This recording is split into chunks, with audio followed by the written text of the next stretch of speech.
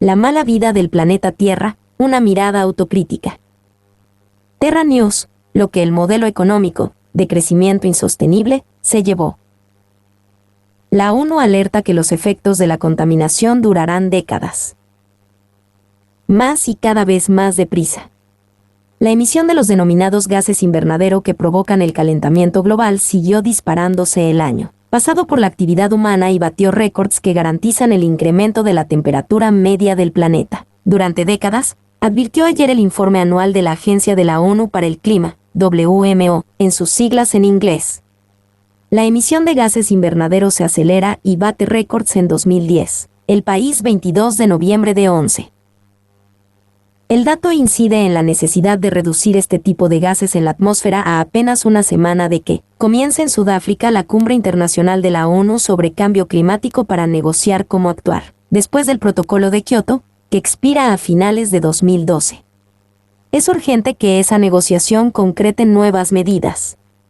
Si la emisión de gases invernadero se detuviera hoy, sus efectos seguirían aumentando la temperatura unos 20 años, detalla Javier Martín Vide, catedrático de Geografía Física de la Universidad de Barcelona y experto en cambio climático. Este continuo aumento de emisión de gases invernadero deja el planeta ante un escenario incierto. Los científicos consideran ya una quimera contener el calentamiento a menos de 2 grados centígrados, umbral a partir del cual la ONU considera que el fenómeno provocará efectos irreversibles. ¿Cuáles? Nadie lo sabe con exactitud, pero no serán positivos, advierte Martín Vide. Más allá del retroceso de los glaciares, el aumento de las inundaciones por el incremento del nivel del océano y la pérdida de biodiversidad, no puede preverse cómo reaccionará el planeta a un incremento notable y prolongado de la temperatura. Los sistemas naturales no son lineales, suelen sufrir cambios bruscos imprevisibles.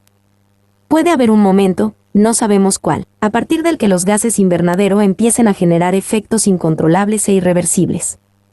El problema es que científicamente no podemos determinar ese punto, pero nos vamos acercando, detalla Gerardo Benito, investigador del CSIC experto en fenómenos climatológicos extremos. De momento, la actividad humana ya está contribuyendo a aumentar el número de días con calores extremos, según un estudio de la ONU en el que participó Benito y que se publicó la semana pasada. Hay un consenso global en que vamos en la dirección equivocada. Es importante que los gobiernos acuerden otro tipo de políticas para evitar incertidumbres y riesgos, señala Benito. Por ahora lo único claro es que el calentamiento global seguirá yendo a más si en Durban no se pactan nuevas medidas. En 2010, con el Protocolo de Kioto aún en vigor, la emisión de gases invernadero aumentó el 1,4% respecto a 2009. Se trata del mayor incremento registrado en los últimos 7 años debido básicamente al repunte de la actividad industrial tras la crisis económica global y al uso generalizado de combustibles fósiles como el petróleo y el carbón. Sabemos a qué se debe, pero cambiar el modelo energético y económico es difícil y está siendo demasiado lento, resume Martín D. Este modelo se caracteriza por la emisión de gases como el dióxido de carbono, CO2, principal sustancia que supone el 64% del efecto invernadero y precisamente el que sigue, aumentando con más rapidez. En 2010, la presencia de CO2 se incrementó el 0,59% respecto al año anterior, 2,3 moléculas de gas por cada millón de moléculas de aire, ppm. Ello supone un ritmo aún mayor que el crecimiento medio de la última década, 2 ppm por año, y muy superior a la media de los años 90, 1,5 ppm. Los otros gases considerados más nocivos, el metano y el dióxido de nitrógeno, también se incrementaron aunque con menor intensidad, respectivamente el 0,28% y el 0,25% en relación con 2009. Si Kioto expira y no se acuerda ningún otro protocolo en sustitución, la situación será aún más grave, avisa Martín B. Durante las últimas reuniones antes de Durban, solo la UE se ha comprometido a adoptar nuevas políticas para contener el cambio climático. Los países más contaminantes, básicamente China y Estados Unidos, el único de los grandes emisores de CO2 que no ratificó el protocolo de Kioto, se han mostrado partidarios de priorizar la necesidad de crecimiento económico a políticas contra el calentamiento. Es un error, Muchas actividades económicas pueden hundirse por efecto del calentamiento global, precisa Benito. Y sería preferible no comprobar cuál es el límite de calentamiento que puede soportar el planeta, añade Martín B. Atasco de tráfico en una de las principales calles de Yakarta. Kioto puede esperar. De fracaso en fracaso hasta la derrota final, la cumbre de Durban abre con el único objetivo de salvar la negociación. Los países ni siquiera se ponen de acuerdo en que el debate deba comenzar ya. Los grandes emisores de gases de efecto invernadero, con Estados Unidos y China a la cabeza, intentan retrasar al menos hasta 2015 las conversaciones sobre el tratado que sustituya a Kioto. En una reunión de las grandes economías en Washington, Brasil, China y Estados Unidos propusieron esperar a 2015, según explicó la secretaria de Estado de Cambio Climático, Teresa Rivera, en vísperas del inicio de la cumbre. Estados Unidos y China intentan retrasar a 2015 el debate sobre el nuevo Kioto. El país 28 de noviembre de 11. Su intención es esperar hasta 2015, cuando el Panel Intergubernamental de Cambio Climático, IPCC, haya presentado su quinto informe de evaluación sobre la ciencia del calentamiento global. Se agarran a que en los acuerdos de Cancún del año pasado se cita ese año como aquel en el que debería concluir el examen sobre cómo va el recorte de emisiones. La UE cree que no hay necesidad de esperar porque la base científica está ya asentada, y batalla por tener listo un acuerdo en 2015 que esté en marcha 5 años después. Aida Vila, de Greenpeace, coincidió en que no caben más demoras. Los ecologistas creen indispensable la prórroga de Kioto como único tratado existente. Esta es la última ocasión para que Estados Unidos se sume, dijo Vila. Se puede hablar de compromiso y de matrimonio. Aquí hablamos de comprometernos, abundó Runch-Metzger. El representante de la UE en la primera semana de la cumbre advirtió de que el resultado que se atisba de Durban, un segundo periodo de Kioto hasta 2020 solo con la UE vinculada, no puede ser un éxito. Kioto cubre ahora el 25% de las emisiones. Con la salida de Canadá, Rusia y Japón solo cubriría el 11%. Así que el club de Kioto se hace más pequeño y eso no puede ser un éxito. La UE se ha comprometido y tiene ya legislación en marcha para reducir sus emisiones un 20% para 2020, aunque eso no supone un gran esfuerzo. Emite ya un 15,5% menos que en 1990 y con la crisis rosa con la yema de los dedos su objetivo. En este contexto, China y Estados Unidos no se mueven y siguen con sus compromisos voluntarios en una situación de bloqueo mutuo. El negociador de Estados Unidos Jonathan Pershing dejó claro que Kioto es un tabú en Washington. Estados Unidos no es parte de Kioto y no estamos en el debate. El argumento de los enviados de Obama es que no firmarán nada si no lo hace China. La estructura de un acuerdo que nos obligue a nosotros y no a las grandes economías emergentes es insostenible. Las declaraciones son de hoy, pero bien podrían ser las de hace un lustro. Desde China, el negociador jefe de Pekín, Su Wei, declaró a la radio estatal que no es muy optimista respecto a Durban, según Reuters. Además, la prensa canadiense informó de que su gobierno anunciará tras Durban su retirada de Kioto. Kioto es algo del pasado, declaró el ministro canadiense, Peter Kent, quien confirmó que no firmará un segundo periodo de compromiso, pero no la salida oficial del protocolo, informa EFE. La única voz optimista la puso la secretaria de la Convención de la ONU sobre Cambio Climático, Christiane Figueres, que citó a Mandela: el acuerdo parece imposible hasta que es posible. Cinismo ecológico. Canadá, adalid medioambiental, se retira formalmente de Kioto. Canadá se convirtió hoy en el primer país que se retira del protocolo de Kioto tras su ratificación, un día después del fin de la cumbre de Durban, ante la imposibilidad de cumplir con sus compromisos y mantener el desarrollo de sus yacimientos petrolíferos. El ministro de Medio Ambiente justifica el abandono de Kioto para evitar la transferencia a otros países de 14.000 millones de dólares canadienses.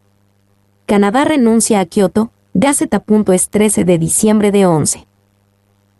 Recién llegado de la ciudad surafricana de Durban, donde se celebró la cumbre de la ONU sobre el cambio climático, el ministro de Medio Ambiente de Canadá, Peter Kent, anunció que invocamos nuestro derecho legal para retirarnos formalmente de Kioto. Kent justificó la decisión porque Canadá no cumplirá en 2012 con la reducción de emisiones acordada en el tratado, un 6% por debajo de las de 1990, y para evitar la transferencia a otros países de 14.000 millones de dólares canadienses. Kent insinuó que esa cifra es la cantidad que Canadá tendría que pagar en multas en caso de permanecer en Kioto y, a la vista de que en mayo, su departamento calculó que a finales de 2012 las emisiones serán un 28,8%, superior a las de 1990. Según el artículo 27 del Protocolo de Kioto, los países que lo han ratificado tienen que comunicar por escrito la retirada un año antes de la finalización del periodo de cumplimiento, por lo que Ottawa tenía hasta el 31 de diciembre para anunciar su decisión. Kate Stewart, de la organización medioambiental Greenpeace, declaró a EFE que la decisión de Canadá es una desgracia y negó que Canadá estuviese obligado a pagar ninguna multa por su incumplimiento. Según Stewart, Canadá podría haber cumplido con los objetivos de Kioto comprando emisiones por valor de 7.000 millones de dólares canadienses, no los 14.000 millones de dólares señalados por el gobierno en Ottawa. Kent dijo durante una rueda de prensa que el protocolo de Kioto no representa el camino hacia adelante para Canadá y el acuerdo negociado a finales de la década de los años 90 es un impedimento para luchar contra el cambio climático. Bajo Kioto, según Kent, Canadá tendría que adoptar medidas radicales e irresponsables, como reducir vehículos o el uso de calefacción, o pagar miles de millones de dólares en multas. Kent también dijo que Kioto es el incompetente legado del anterior gobierno canadiense, del Partido Liberal, pero confirmó que desde que el Partido Conservador del primer ministro, Stephen Harper, llegó al poder en 2006, Ottawa no ha tenido intención de implementar el tratado. Según el gobierno de Harper, la implementación de Kioto habría supuesto retirar de las carreteras todos los vehículos que circulan o eliminar la calefacción de cada edificio del país.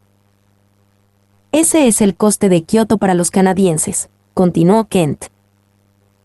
Pero Stewart señaló que la decisión del gobierno canadiense, aunque esperada desde hace algún tiempo, es un insulto a los países en desarrollo, que uno de los países más ricos del mundo no cumpla su compromiso. Para Greenpeace y los principales partidos de la oposición, el gobierno de Harper se ha negado a cumplir con los objetivos de Kioto para no afectar el desarrollo de los yacimientos petrolíferos de la provincia de Alberta, considerados uno de los mayores del mundo.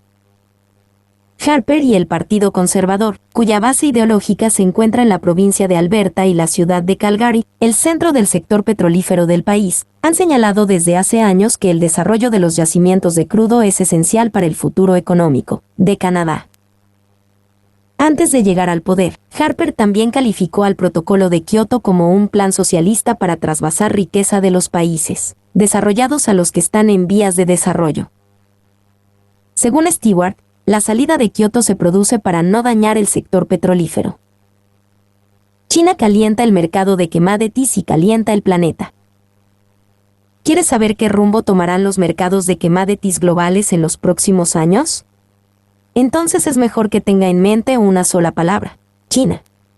El rumbo de China determinará el futuro de las materias primas. The Wall Street Journal, 14 de diciembre de 11. Como la mayor y una de las que más crecen entre las economías emergentes, China se ha convertido en un consumidor voraz de commodities industriales y agrícolas. Los cambios en su demanda ahora son el principal motor de los precios de muchos de esos bienes. Los productores suelen tomar decisiones sobre grandes inversiones de capital principalmente en función de las previsiones de la demanda china por sus productos. Los inversionistas hacen cálculos similares antes de comprar o vender contratos de materias primas o valores relacionados. Por eso es probable que ningún otro factor tenga un impacto de mayor alcance sobre el mercado de commodities durante los próximos años que los cambios en la demanda china, conforme evoluciona la economía. Esa es la gran cuestión, afirma Richard Atkerson, presidente ejecutivo de Freeport-McMoRan Copper y Gold Inc. Entonces, ¿cuál es la respuesta? Aquí hay 3 escenarios posibles, y lo que cada uno significaría para los mercados de materias primas globales. Mi nombre es Demim. Soy tu asistente personal. Mi sitio en internet es demim.es.tl.